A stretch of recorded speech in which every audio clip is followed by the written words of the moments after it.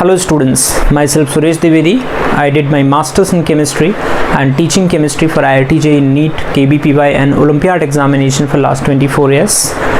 आज हमारा ये जो सेशन है ये किसी स्पेसिफिक टॉपिक को पढ़ाने से रिलेटेड नहीं है, कोई डिस्कशन नहीं है, कोई क्वेश्चन नहीं है।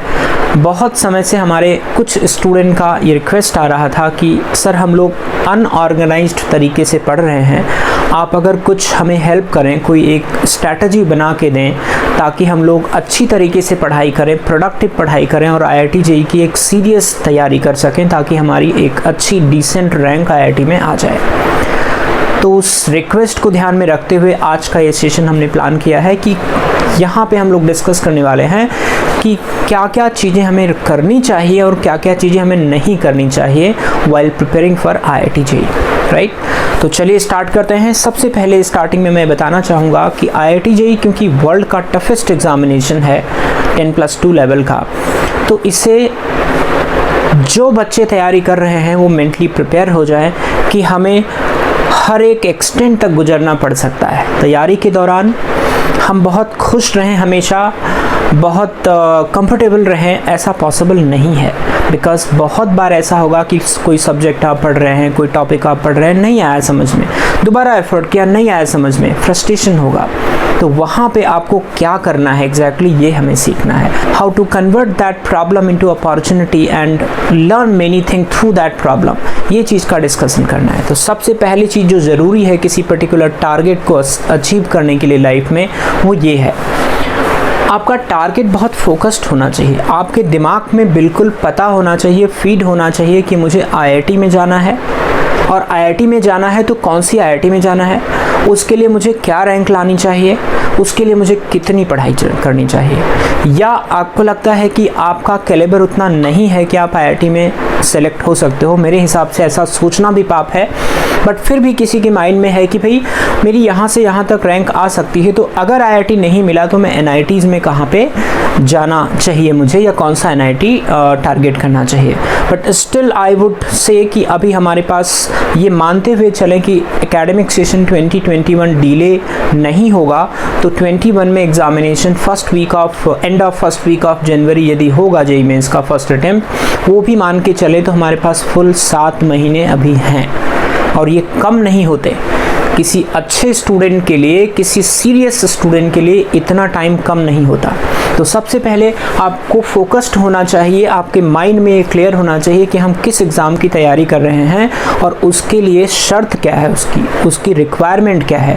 अगर आप उसको नहीं पूरा कर रहे हैं, इसका मतलब आप कहीं ना कहीं आपका कमिटमेंट लेवल कम है, और फिर आपके दिमाग में ये डाउट आएगा कि शायद हम नहीं भी सिलेक्ट हो सकते हैं। तो टारगेट मस्ट बी फोकस्ड कि मुझे इसमें सेलेक्ट होना ही है, इसके अलावा मेरे पास कोई चॉइस है ही नहीं, राइट। सेल्फ डिटर्मिनेशन, यानी किसी काम को करने के लिए आप कितना डिटरमाइंड हैं। आपने टारगेट तो तय कर लिया कि मुझे IIT बॉम्बे में एडमिशन लेना है, लेकिन आपको पता है कि IIT बॉम्बे में किस ब्रांच में जाने के लिए मोटा मोटा आपको आइडिया है कि आपको कितनी बढ़िया रैंक चाहिए। तो अगर वो चाहिए, आप डिटरमाइंड है कि मुझे वहाँ जाना है, तो उस लेवल की पढ़ाई कीजिए।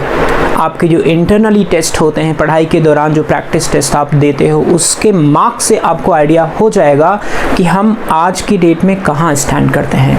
तो self determination is very important. अपने आप को समझाना है कि इसके अलावा मेरे पास कोई रास्ता नहीं है। अगर हमें अपनी मंजिल तक पहुंचना है तो हमें किस प्रकार की, किस लेवल की मेहनत करनी है, कितने बच्चों में आप compete कर रहे हैं, ये आपको पहले से आइडिया है कि 10 लाख बच्चे रफली IIT JEE मेंस का एग्जामिनेशन देते हैं, जिसमें 2 से 2.5 लाख बच्चे IIT JEE के एडवांस के लिए एलिजिबल हैं। तो आप रेशियो निकाल के देख लो कि कितना बड़ा गैप है, यानी कितने सारे, अगर मैं उसमें 50-60% भी नॉन सीरियस बच्चे मान लें, तब भी बहुत बड़ा गैप है।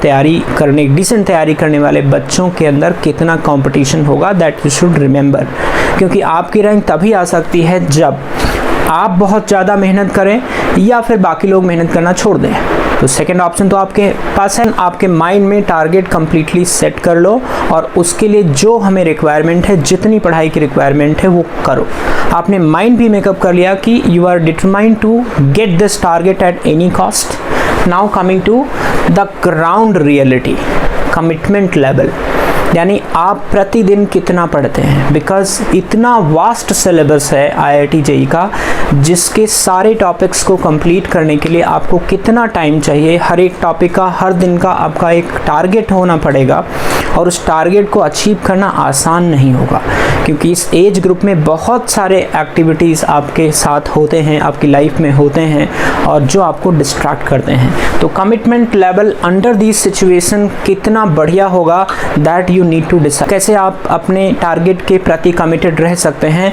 This will always remind you, if you have fixed your target, your mind will remind you that you need to achieve that target, and to achieve that target your commitment level is required। and commitment के साथ ही जुड़ा हुआ है discipline. कैसे? जैसे आजकल online classes चल रही है, क्योंकि आप बाहर निकल नहीं सकते, क्लासरूम में जा नहीं सकते, ऑनलाइन क्लासेस चल रही हैं। ऑनलाइन क्लासेस में आपने किसी टीचर के क्लास में लॉगिन किया, पढ़ रहे हैं, कोशिश कर रहे हैं, मान लीजिए थोड़ा सा डिस्ट्रैक्शन हुआ, बगल में आपने PUBG की एक विंडो खोल दी। जहां आपने खोली वहां आपकी पढ़ाई तो बर्बाद। और इंटरेस्टिंग बात देखिए कि जानते हैं आप, ये बात आपको पता है कि अगर आपने PUBG की विंडो खोली या कोई और भी चीज़ में डिस्ट्रैक्ट हुए, तो आपका ये जो क्लास चल रहा है वो वहाँ पे तो आपका मन नहीं लगेगा, मतलब वो पढ़ाई, वो क्लास आपकी बेकार। वो क्लास की कीमत आप नहीं समझते हैं। मान लीजिए किसी दिन किसी टीचर ने आपको 1 या 1.5 घंटे में कुछ ऐसी चीज़ पढ़ा दी जो बहुत इंपॉर्टेंट थी, इनफैक्ट सारी चीज़ें बहुत इंपॉर्टेंट हैं, तो अगर आपका 5 मिनट के लिए भी दिमाग दूसरी विंडो में चला गया, तो वो विंडो तो खाली हो गई, वो तो आपके माइंड में तो नहीं जाएगा जो टीचर ने पढ़ा दिया, बिकॉज सीक्वेंस आपकी टूटी, कंसेप्ट आपकी ब्रेक हो गई। जहाँ कंसेप्ट आपकी ब्रेक हुई, आप कितना भी सोचो कि मैं समझ लूँ आगे की चीज़, नहीं समझ पाएंगे। कहने का मतलब ये है कि डिसिप्लिन इज़ वेरी इंपॉर्टेंट, क्योंकि आजकल सबके हाथ में स्मार्टफोन रहता है। तो यहाँ पे रेगुलेशन है, सेल्फ रेगुलेशन है कि आप कितना कंट्रोल कर सकते हो। एंड इनफैक्ट हर बच्चा यही सोचता है, आज कर लेता हूँ, कल से छोड़ दूँगा, और ये पूरे साल भर चलता है। हर साल, पूरे साल, हर दिन यही सोचता है, आज थोड़ी देर खेल लेता हूँ, फिर कल से नहीं खेलूँगा, और वो कल कभी नहीं आता है। और जब तक आता है वो कल, तब तक इतनी देर हो चुकी होती है कि आपके पैरों के नीचे ज़मीन नहीं होती है, आप लटके हुए होते हैं कहीं हवा में। आपको पता नहीं होगा कि हवा आपको किस डायरेक्शन में उड़ा ले जाएगी। इसलिए discipline very important in life. आप बच्चे हो, आपका मन डेविएट होगा, इस उम्र में होता है, लेकिन फिर भी आप इतने छोटे बच्चे नहीं हो कि हर छोटी छोटी बात से आपका दिमाग, आपका मन डेविएट हो जाए और आप पढ़ाई से एकदम अलग हट जाओ, डिस्ट्रैक्ट हो जाओ। इनफैक्ट आज के सेशन में मैं जितनी बात आपको बताने वाला हूँ, everything is known to you, everything is known to you। the only difference is कि it is explained, it is expressed by your teacher। आप हर चीज़ जानते हो, लेकिन क्योंकि मैं कह रहा हूँ तो आप ध्यान से सुनोगे। This is the only reason कि I am a medium to tell your mind कि you have a worth of your life. आपकी लाइफ की एक कीमत है, उसे वेस्ट मत कीजिए। आपको पता है कि पर डे आपको कितनी तैयारी करनी चाहिए, उसके बावजूद आप नहीं करते हैं। आप हमें बार बार रिक्वेस्ट करते हैं स्ट्रैटेजी बना दो, बिल्कुल बना रहा हूँ, आपके साथ खड़ा हूँ, लेकिन सवाल यह है कि इम्प्लीमेंट तो आपको ही करना है ना। स्ट्रैटेजी भी मोटा मोटा आपको पता है, ठीक है, डायरेक्शंस की ज़रूरत होती है, उसी के लिए गुरु आपके साथ होते हैं और मैं हूँ। तो इसलिए implementation is the key thing जिसमें आप आगे बढ़ सकते हैं। तो हम सब बना के आपको दे देंगे, लेकिन इम्प्लीमेंट आपको ही करना है, आप याद रखिए।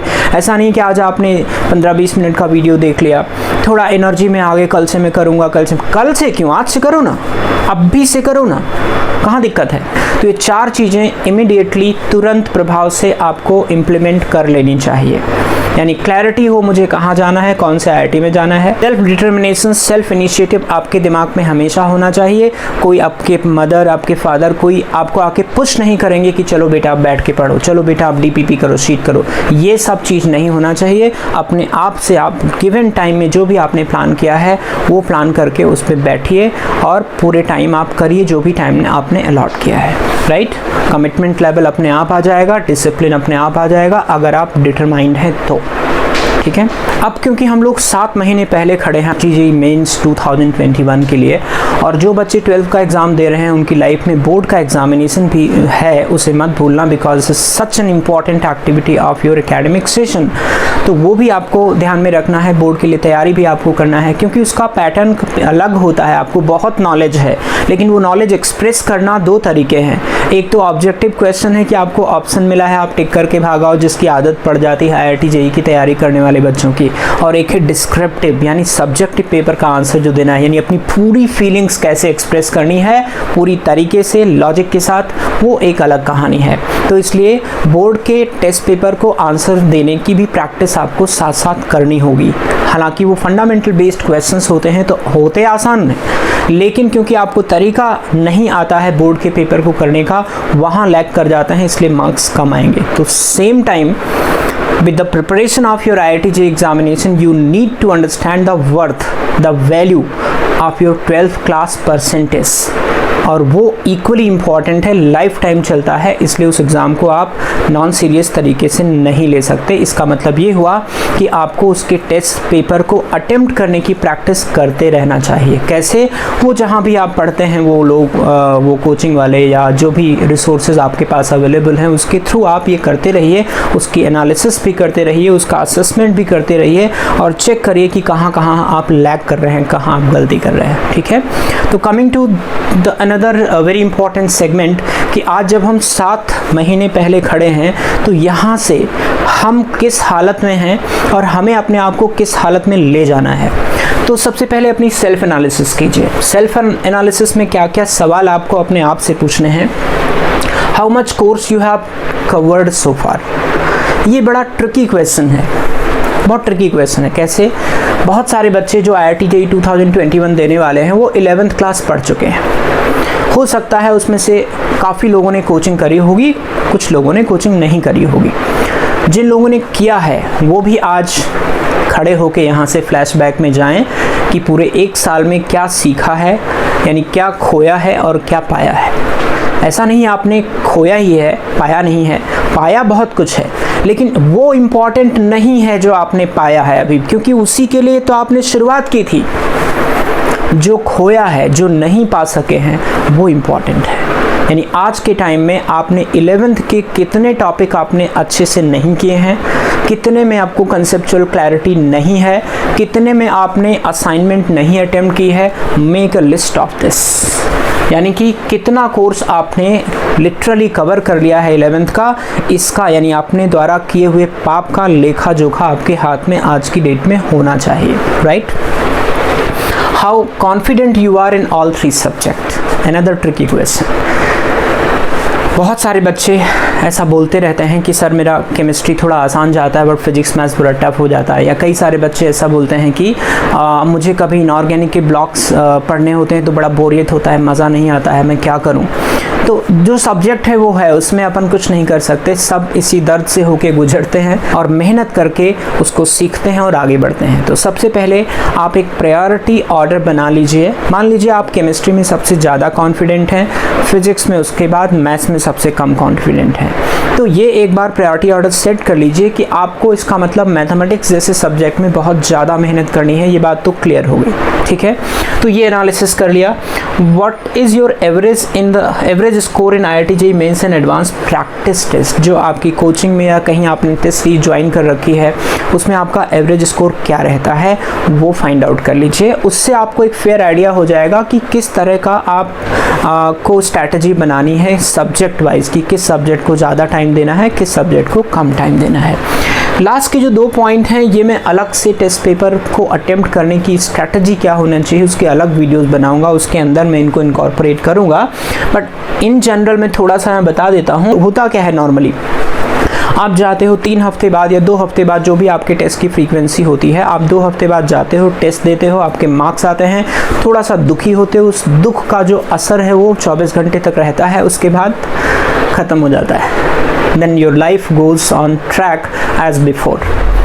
और कभी कोई स्टूडेंट ऐसा सोचने लगे कि यार पिछले टेस्ट में भी तो कम आए थे, इस टेस्ट में कौन सी नई बात हो गई, ये बहुत ख़तरनाक चीज़ है। In every test, after every test you have to make a test analysis कि हमने क्या पाप किए हैं, क्या गलतियाँ की हैं, किस तरह की गलतियाँ की हैं, कंसेप्चुअल मिस्टेक है, सिली मिस्टेक है, या आंसर्स देने में मिस्टेक है, क्या मिस्टेक है, जस्ट आइडेंटिफाई दैट। अगर कंसेप्चुअल मिस्टेक है, बाकी मिस्टेक्स की बात तो मैं सेपरेटली करूँगा, लेकिन अगर कंसेप्चुअल मिस्टेक है इसका मतलब आप अपने टेस्ट में जो टॉपिक्स पूछे गए हैं उन टॉपिक्स में कहीं लैग कर रहे हैं, तो you have to plan accordingly कि उन टॉपिक्स में आपको बहुत ध्यान देने की ज़रूरत है, right. And again, how to avoid mistakes in a test paper, I will be taking care of this thing in a separate video. Coming to the next section of our strategy कि अब हम routine में regularly पढ़ाई कैसे करें। तो पढ़ाई के कंपोनेंट्स को मैं कुछ पार्ट में डिवाइड करना चाहूँगा। जैसे पहला है कि अगर आप कोई कोचिंग क्लास अटेंड करते हैं, ज़्यादातर बच्चे कोचिंग क्लास अटेंड करते हैं, तो मान लीजिए 5 घंटे का ऑन एन एवरेज आपका कोचिंग क्लास हर दिन चलता है। किसी का 6 होगा, किसी का 4 होगा, किसी का 6 डेज़ अ वीक होगा, किसी का 5 डेज़ अ वीक होगा। अकॉर्डिंगली मैं एज्यूम कर ले रहा हूँ कि हर बच्चा ऑन एन एवरेज 4 से 5 घंटा कोचिंग की क्लास अटेंड करता है, राइट। तो नाउ आपने पहले कोचिंग क्लास अटेंड की, अब वो कोचिंग क्लास आपकी मॉर्निंग में होती है, इवनिंग में होती है, accordingly you can plan. But मैं ये बोलूँगा कि after your coaching classes are over, सबसे पहला काम आपको यही करना है कि आप अपने कोचिंग की जो क्लास हुई है उसका रिवीजन करिए, उसके तुरंत बाद उसका होमवर्क अटेंड कीजिए। अगर मिला है तो, नहीं मिला है तो आपकी प्लानिंग के हिसाब से जाइए, बट अगर होमवर्क मिला है तो तुरंत करना हमेशा बेनिफिशियल रहता है, क्योंकि आपने क्लास में पढ़ा, एक बार कंसेप्ट सीखा, फिर आपने 20 मिनट्स का क्विक रिवीजन किया, ब्रशअप हो गया। तीसरा, आज जब आप होमवर्क करेंगे तो उसी कंसेप्ट का इम्प्लीमेंटेशन होगा, तो आपको मज़ा आ जाएगा। एंड नॉर्मली यही करना चाहिए कि उस दिन की पढ़ाई करते वक्त वही क्वेश्चन सेलेक्ट करना चाहिए। मेरे ख्याल से यही ऐसा ही ट्रेंड है कोचिंग में भी कि जो आज पढ़ाया गया वही उसी पे बेस्ड होमवर्क दिया जाता है। अगर नहीं दिया गया है तो यू डिसाइड बाय योरसेल्फ कि वही क्वेश्चंस अटेम्प्ट करो जो आज आपको सिखा दिया गया है, या पीछे जो सिखाया गया, आगे की चीज़ अटेम्प्ट करना बेवकूफ़ी होगा। तो इस तरह से आप तुरंत बात रिवाइज करो, उसके बाद आप होमवर्क करो, होमवर्क करके कंप्लीट कर दो एक बार, ठीक है। तो ये आपका प्रोसेस रहना चाहिए हर दिन स्टडी करने का। अब दिन की study other than your classrooms किस तरह से होना चाहिए। दिन का मतलब मेरा दिन रात से है कि जो भी आपके पास सेल्फ स्टडी के टाइम अवेलेबल है other than your classroom coaching, उसका यूटिलाइजेशन कैसे करना है, कितना घंटे पढ़ना है और किस प्रकार से पढ़ना है और ऑर्डर क्या होना चाहिए। तो पहली बात, उस चीज़ को पढ़ने के लिए आपको एक टाइम टेबल की ज़रूरत पड़ेगी। यानी अगर आप ऑर्गेनाइज्ड तरीके से काम नहीं करोगे तो आप कुछ नहीं पढ़ोगे लिटरली। तो पहली बात, आप एक रियलिस्टिक टाइम टेबल बनाओ। रियलिस्टिक कहने का मेरा मतलब ये है ऐसा टाइम टेबल जिसे आप फॉलो कर सकते हो। हम लोग की हैबिट होती है कि हम लोग एनर्जी में आकर के, एक्साइटेड स्टेट में आकर के खूब खतरनाक टाइम टेबल 15 घंटे का बना के अपने टेबल के ऊपर चिपका देते हैं, और वो चिपका रहता है, बेचारा टाइम टेबल भी रोता रहता है कि मुझे कोई फॉलो करने वाला नहीं है, सिर्फ मैं बनता हूँ और थोड़े समय पे नष्ट हो जाता हूँ। तो वैसा नहीं होना चाहिए। Make a realistic time table. अगर मैं कहूँ ऑन एन एवरेज एक बच्चे को कितना time other than coaching classes पढ़ना चाहिए, तो मैं बोलूँगा 8 घंटे। 8 घंटे पढ़ना चाहिए। अब सवाल ये है कि 8 घंटे आपकी लाइफ में हमेशा अदर देन कोचिंग क्लासेस नहीं होगा, क्योंकि आजकल तो अवेलेबल है बिकॉज ऑफ कोविड-19, बट हो सकता है जब आपको स्कूल जाना हो तो इतना समय आपके पास अवेलेबल नहीं है। तो you have to find out कि how much average time you can give. Minimum 4 घंटा से 5 घंटा तो देना ही पड़ेगा। जो स्कूल रेगुलर स्कूल जाने वाले बच्चे हैं उनको भी ऑन एन एवरेज 4 से 5 घंटा मिलेगा, क्योंकि किसी दिन ऐसा भी होगा स्कूल भी नहीं है, कोचिंग भी नहीं है, किसी दिन ऐसा भी होगा कि पब्लिक हॉलीडे है। तो you have to think wisely. कभी आप इसके स्ट्रेस में ना रहो कि स्कूल भी है, कोचिंग भी है, डेली स्कूल होता है, डेली कोचिंग होता है, मेरी लाइफ तो बर्बाद हो गई, मैं कैसे पढूं। Think wisely. स्कूल भी है, कोचिंग भी है, और वो आपकी लाइफ का पार्ट है। आखिर आपने ही तो चुना है ये। किसने आपको कहा था IIT JEE की तैयारी करो? किसी ने फोर्स तो नहीं किया था ना, आपने खुद ये चुना था। और जब चुन लिया है तो इससे भागना क्या है? B A fighter. तो इतना परेशान होने की ज़रूरत नहीं है। अगर आप again I will tell you कि जब भी एक बड़ा काम, बड़ा टारगेट, बड़ा मुकाम हासिल करने की कोशिश करते हैं, एफर्ट करते हैं, तो तकलीफ़ें तो होती हैं बच्चों। इससे घबराना क्या है? आप किसी की भी हिस्ट्री उठा के देख लो, किसी की लाइफ के इंसिडेंट्स उठा के देख लो, जब तक हमारा खून जलता नहीं है ना, तब तक, जब तक हमें दर्द होता नहीं है ना, तब तक हम उस मुकाम को हासिल नहीं कर सकते। इसलिए इस रास्ते पे चलना है, मुकाम हासिल करना है तो तकलीफ़ें तो सहनी पड़ेंगी। तो again I come back to the point कि make a realistic time table which you can follow, है ना। हाँ, थोड़ा तकलीफ़ सहो लेकिन फॉलो करने की कोशिश करो। At least 8 hours of self-study, which I have already explained you. Allot unequal time to 3 subjects. Allot unequal time to 3 subjects. जैसे मान लीजिए आपका मैथमेटिक्स वीक है तो आप मैथमेटिक्स को 8 घंटे में से 3 घंटा दे दो। 5 घंटा जो बचा उसे 2.5 घंटे आप केमिस्ट्री और फिजिक्स में, या उसमें भी आप अनइक्वल बांट सकते हो। इक्वल बांटने की ज़रूरत नहीं है, अनइक्वल बांटिए, ठीक है। तो अनइक्वल तरीके से इसको डिस्ट्रीब्यूट कर दो। और ये जो टाइम मैंने अलॉट किया है ना, जैसे 3 घंटा, 2.5 घंटा और 2.5 घंटा, इस तरह से। अब यहाँ पे कई बच्चों का मेरे पास मैसेज आया कि सर मेरी लॉन्ग सिटिंग नहीं होती है, मैं 3 घंटा कैसे बैठूँ, मैं कैसे बैठ के करूँ, मुझे आधे घंटे के बाद मेरा मन थोड़ा डेविएट हो जाता है, दिमाग इधर उधर होता है, मैं उठ जाता हूँ। बेटा यही तो आप लोगों की लाइफ का चैलेंज है जो आपको मीट करना है। मैं अपने बच्चों को क्लासरूम में हमेशा बोलता हूँ कि कभी आप बड़ा चैलेंज लो, किसी दिन अगर मैं नहीं भी देता हूँ, अगर मान लो टीचर्स आपको नहीं भी देते हैं, तो आप खुद से बड़ा चैलेंज लो। अगर if you are struggling, listen, if you are struggling for timings कि मेरा लॉन्ग सिटिंग नहीं होता है, मैं आधे घंटे से ज़्यादा नहीं पढ़ पाता हूँ, मेरा डिस्ट्रैक्शन बहुत ज़्यादा होता है, मेरा प्रोडक्टिविटी बहुत कम है, तो I would suggest one thing, be a fighter. And how to fight? आज रात, आज की बात कर रहा हूँ मैं, अभी की बात कर रहा हूँ, आज रात just after finishing this session, आज की रात 150 प्रॉब्लम उठाओ, जितनी टफ ले सकते हो लो, 150 प्रॉब्लम उठाओ और कसम खा के बैठो कि आज की रात इसे कंप्लीट करके उठूंगा, चाहे रात की बजाय सुबह हो जाए, सुबह की बजाय दोपहर हो जाए। एंड बीकम, एक दिन, just make this experiment, just do this experiment for 1 day. अगर आपने कंप्लीट कर लिया, उस 150 प्रॉब्लम में से आपका मान लो 10, 20, 30 नहीं आया, 100 आया, 90 आया, 80 आया, जितना भी आया, लेकिन अगर आपने इस टास्क को कंप्लीट कर लिया तो समझ लो आपने बुराई को जीत लिया है, बुराई पे जीत हासिल की है। Just do for one thing, 1 day, just do it for 1 day.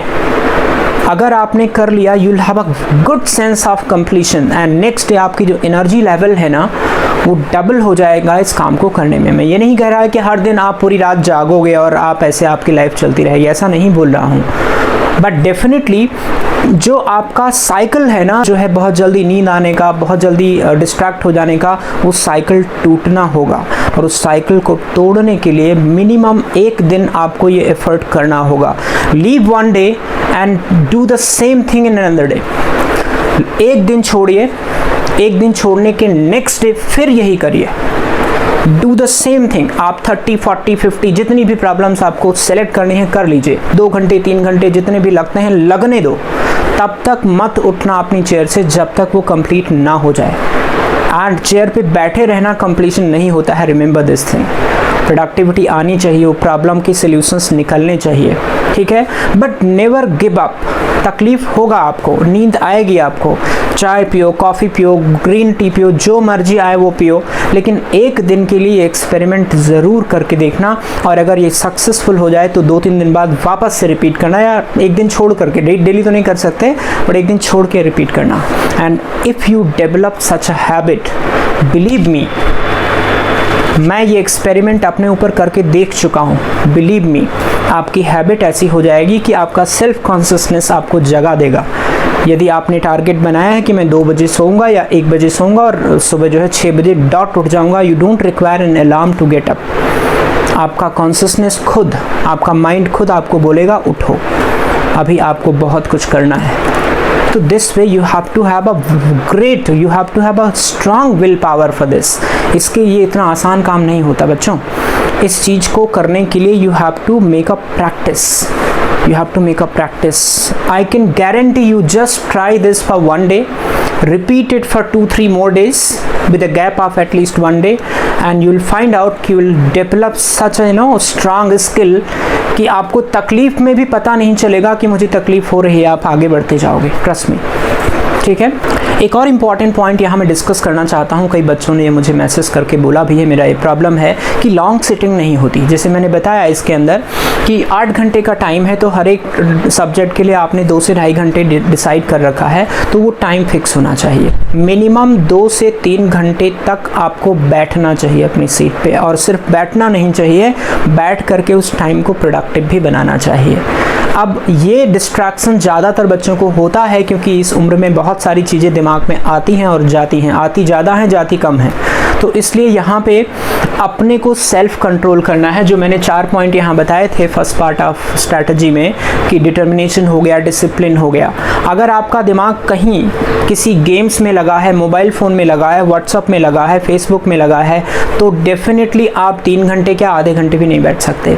लेकिन अगर आपने उसे भुला करके प्रण कर लिया, तय कर लिया कि आज मुझे 3 घंटे बैठना है, तो बैठोगे। एक दिन ये तकलीफ होगी, 2 दिन होगी, लेकिन अगर आप 2-3 दिन तक लगातार ऐसा करने लगे कि 3 घंटे से पहले उठूंगा नहीं, हो सकता है पहले दिन आपका प्रोडक्टिविटी कम आए, लेकिन आप ना तो व्हाट्सअप देखेंगे, ना फेसबुक देखेंगे, ना इंस्टाग्राम पे जाएंगे, और ना ही पबजी खेलेंगे या कोई और गेम खेलेंगे। ये जितने भी आपकी सामाजिक जिम्मेदारियां हैं, इसे अभी छोड़नी पड़ेगी। इसे छोड़ करके बैठेंगे फ्रेश माइंड से, इस कमिटमेंट लेवल से कि मुझे आज ये कंप्लीट करना है, तो आपको प्रॉब्लम नहीं आएगी। तो मिनिमम 2 घंटे आपको बैठना चाहिए, and you are the only person who can develop this habit. You have to do it, और आप कर लेंगे, मुझे पूरा भरोसा है, आप लोग फाइटर हैं। ठीक है, coming to the last segment of strategy, जिसके अंदर हम बात करेंगे टेस्ट की, टेस्ट पेपर की, उनके एनालिसिस की, उसमें होने वाले गलतियों की। पहली बात तो ये है कि टेस्ट क्यों इम्पॉर्टेंट है हमारी प्रिपरेशन के अंदर। अगर हमारा टेस्ट नहीं होगा तो हमें अपनी गलती नहीं पता चलेगी। गलती करना बहुत ज़रूरी है। गलती अगर आप नहीं करेंगे तो you will never have a feeling of improvement. इसलिए आप गलती को बहुत नेगेटिव मत लो। You just try to understand कि this mistake was needed to for that further improvement। अब गलती कई तरीके की होती है, वो मैं सेपरेट वीडियो में डिस्कस करने वाला हूँ कि टेस्ट पेपर में कितने प्रकार की गलतियाँ होती हैं, उनको रिमूव करने के क्या उपाय करें। फिलहाल मैं ये बोलूँगा कि टेस्ट को सीरियसली लो, हर टेस्ट को दो और तैयारी के साथ दो, एंड हर टेस्ट के बाद टेस्ट एनालिसिस ज़रूर करो। आपके टेस्ट के दिन आपको शाम को आंसर्स पता चल जाते हैं, नेक्स्ट डे पता चल जाते हैं, तो विल कम टू नो कि कितने क्वेश्चंस गलत हुए, उसकी वजह से कितने मार्क्स चले गए, उसका पूरा हिसाब किताब, यानी अपने द्वारा किए गए पाप का हिसाब किताब खुद बनाओ, एंड और उस पेपर के टॉप पे लिखो कि हमने ये गलती की है और इसको मुझे दूर करने के लिए क्या करना है, and start working on that. कि अगर आपके नॉलेज की वजह से मार्क्स नहीं आए हैं तो उस टॉपिक को पढ़ो। अगर आपका टाइम मैनेजमेंट की वजह से मार्क्स नहीं आए, प्रैक्टिस मोर। मैं तो ये बोलूँगा कि डीपीपी शीट करते वक्त भी टाइम का ध्यान रखो कि आपको 50 क्वेश्चंस करने हैं, तो ऑन एन एवरेज अगर एक क्वेश्चन करने के लिए आप 1.5 मिनट्स 90 सेकेंड्स लेते हैं, तो 90 से 100 सेकेंड्स के बीच में रखिए, उसके बाद आप आगे बढ़ जाइए। नहीं आती है तो टाइम का हमेशा ध्यान रखिए। टाइम अदरवाइज़ क्या होता है, कई बच्चे ऐसे भी बोलते हैं कि जो भी लास्ट में करते हैं वो ख़राब ही होता है, चाहे वो फिजिक्स हो, चाहे वो केमिस्ट्री हो, चाहे वो मैथ्स हो, फ़र्क नहीं पड़ता है। क्यों? क्योंकि फर्स्ट 2 सब्जेक्ट में बहुत सारा टाइम गंवा देते हैं, तो आखिरी में जब करते हैं आधे घंटे में, तो इतना प्रेशर होता है उस टॉपिक को, उस सब्जेक्ट को कंप्लीट करने का, कि उसमें ना चाहते हुए भी गलतियां हो जाती हैं। अगर आप आखिरी में आधे घंटे में केमिस्ट्री भी करोगे, जो सबसे आसान होता है एक तरीके से, केमिस्ट्री भी करोगे, तो आप करोगे नहीं, आप भगवान का नाम लोगे और टिक मारते चले जाओगे, और भगवान ऐसे मौक़ों पे सबकी दुआएं कबूल नहीं कर सकते, उनकी अपनी मजबूरी है। तो इसलिए बेटर है कि आप हर एक असाइनमेंट को टाइम बाउंड तरीके से करोगे, तो ये प्रॉब्लम आपकी दूर हो जाएगी। तो हर एक टेस्ट के बाद टेस्ट के एनालिसिस कीजिए, टाइप ऑफ मिस्टेक्स को आइडेंटिफाई करिए और उन पे काम करिए। और टेस्ट हर 2 हफ्ते में, 3 हफ्ते में, जो भी फ्रीक्वेंसी आपके कोचिंग में हो या जहाँ भी आप पढ़ते हो, या इवन सेल्फ स्टडी करते हैं, तो you must join some test series, ताकि आपको ये एनालिसिस पता चलती रहे। I have tried to incorporate most of the concerns related to the preparation of IIT JEE, though these concerns are very common, known to you only, but addressing these concerns are going to be very important। बात करना बहुत आसान होता है, plan बनाना बहुत आसान होता है, लेकिन जब उसे इम्प्लीमेंट करना होता है तो जान निकलती है। मेरी भी कभी निकली थी। आज मैं आप सबको बता रहा हूँ, लेकिन जब हम भी स्टूडेंट थे प्लानिंग खूब करते थे, लेकिन इम्प्लीमेंटेशन कई बार नहीं हो पाता था। लेकिन आप ऐसा नहीं करेंगे। मेरे अनुभव से मैं आपको बता रहा हूँ कि you have to take care of, क्योंकि हम लोग के टाइम पे तो कोई बताता नहीं था। आप लोग के टाइम पे तो इतनी सारी फैसिलिटीज़ अवेलेबल हैं कि teachers are always there with you to tell you what's wrong and what's right. You just need to follow them. तो इसलिए मैंने जितने भी पॉइंट इनकॉर्पोरेट किए हैं, just try to follow most of the things. I am very sure you will come out as a winner in IIT JEE and many other examinations which you are targeting, right? तो इसी के साथ अपना इस session में समाप्त करता हूँ। I hope this is going to be very useful for you. My best wishes to all of you for all forthcoming examinations. Thank you very much.